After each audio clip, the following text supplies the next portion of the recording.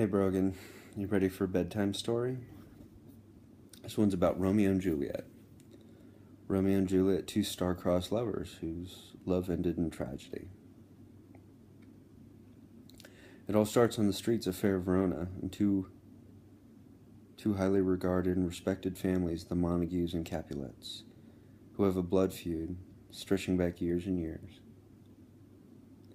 It's never a good time in the city. It's never peaceful when the Montagues and Capulets see each other. And that's what we find on the streets today is there's a boy named Romeo, he's a Montague, talking to his friends about the girl that he wishes that he could spend the rest of his life with. Well, all of his friends know that Romeo does this quite a bit. He wears his heart on his sleeve. And Romeo likes to talk about girls that he thinks are beautiful and girls that he's fallen in love with, and they know this isn't anything to take seriously. And they're laughing and having a good time when they see a Capulet pull up. And the Capulets come walking down the street, and they yell something out to the Montagues. Well, the Montagues aren't going to take it. They don't like it, and they confront the Capulets. There's a lot of arguing in the streets, and somebody throws a punch, and they start fighting. Well, the local sheriff comes down and separates the families, tells them to go on their way, and says, hey, if this ever happens again, there'll be trouble. I'm going to take some action. I don't care who you are. You won't cause trouble in my streets again. Well, the next thing we see is we hear Juliet's mother, Juliet Capulet, yelling for her, where is Juliet? Because the whole Capulet household is getting ready for the big masquerade ball that they're hosting. The masquerade ball is going to happen tonight. It happens every year, and everybody's excited for it. But especially excited this year because there's a young rich nobleman that Juliet's mother hopes Juliet will marry. Juliet's a teenage girl, and she often dreams of falling in love, and she knows that an arranged marriage is not the way to do it. And we hear daydreaming to herself that she wished she could find somebody that would come and sweep her off her feet.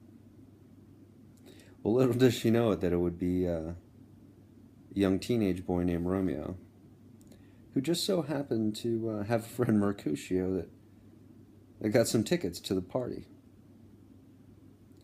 And it's a masquerade party, so none of the Capulets will know that there's any Montagues there. So Romeo and his friends go to the party that night. And Romeo's wandering around depressed because his latest love does not love him as he loves her.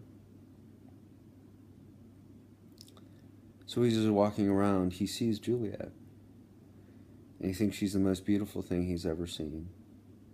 And right there, he professes his love for her. He never talks to her, of course. But he professes his love for her, and he's determined this time. So after the party, he sneaks around back. And he climbs the wall, and he sees a light. And he says, hark, what light in yon window breaks? And it's Juliet's room. Juliet hears him.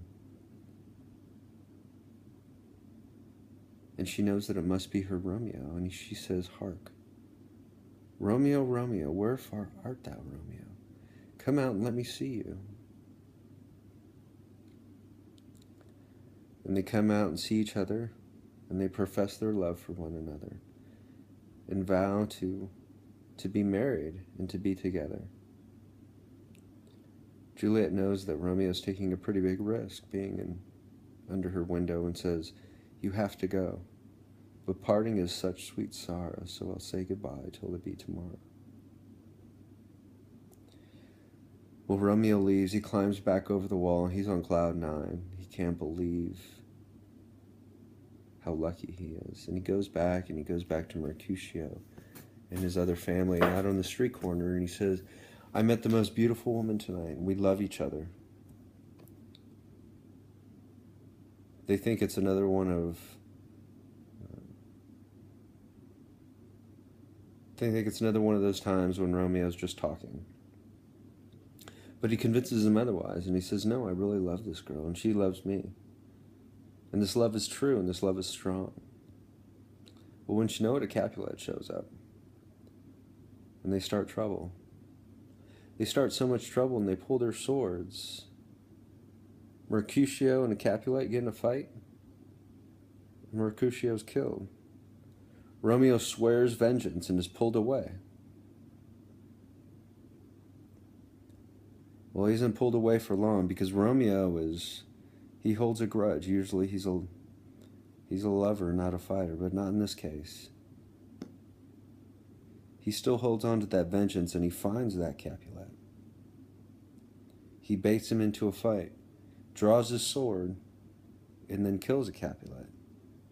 Killed Juliet's cousin. And the sheriff comes down and he says, who is it that killed this Capulet? And the people of the city say, hey, it's Romeo. It's Romeo who killed that Capulet. And the sheriff said, well, from now on, Romeo's banished. And we're actually going to go find him. He better not come into the city, but we're going to go find him and make sure that he's brought to justice. Juliet's father pleads with Juliet and says, look, this Romeo has killed your own cousin. How can you love him? I forbid you to see him ever again.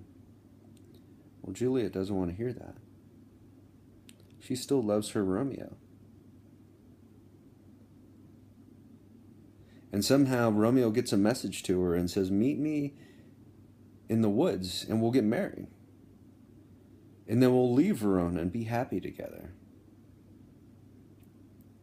Well, they have to do it quickly because the sheriff and all the townspeople are on Romeo's trail. And they're going to come find him, arrest him, try him, and most likely kill him. Well, Romeo has to get away. He has to convince them otherwise. So he goes to the friar and he says, hey, friar, they're after me. They're not far from coming and taking me to jail, and then I won't be without my Juliet. I'll be without my Juliet forever. The friar says, hey, take this potion. This potion will put you to sleep, and it'll put you in such a deep sleep that everybody will think you're dead. So he takes it, and he falls to sleep, and he falls into a deep sleep, and the posse comes, and they think he's dead. And they said, well, justice has been served, and they all leave. Well, Juliet also comes, and she comes into the woods, and she finds her Romeo. And she thinks that her Romeo's dead, and that the posse had gotten justice and killed her Romeo. So what does she do? She grabs a knife, and she plunges it into her heart. And Juliet is dead. And so there they both lie, but the thing is that Romeo wakes up. Romeo wakes up and he sees Juliet has stabbed herself and plunged a knife into her heart. Romeo can't live without his Juliet. He grabs the knife and does the same exact thing. And we see Romeo lying next to his Juliet. Two star-crossed lovers whose destiny was to lie together forever. The end. Good night, Brogan.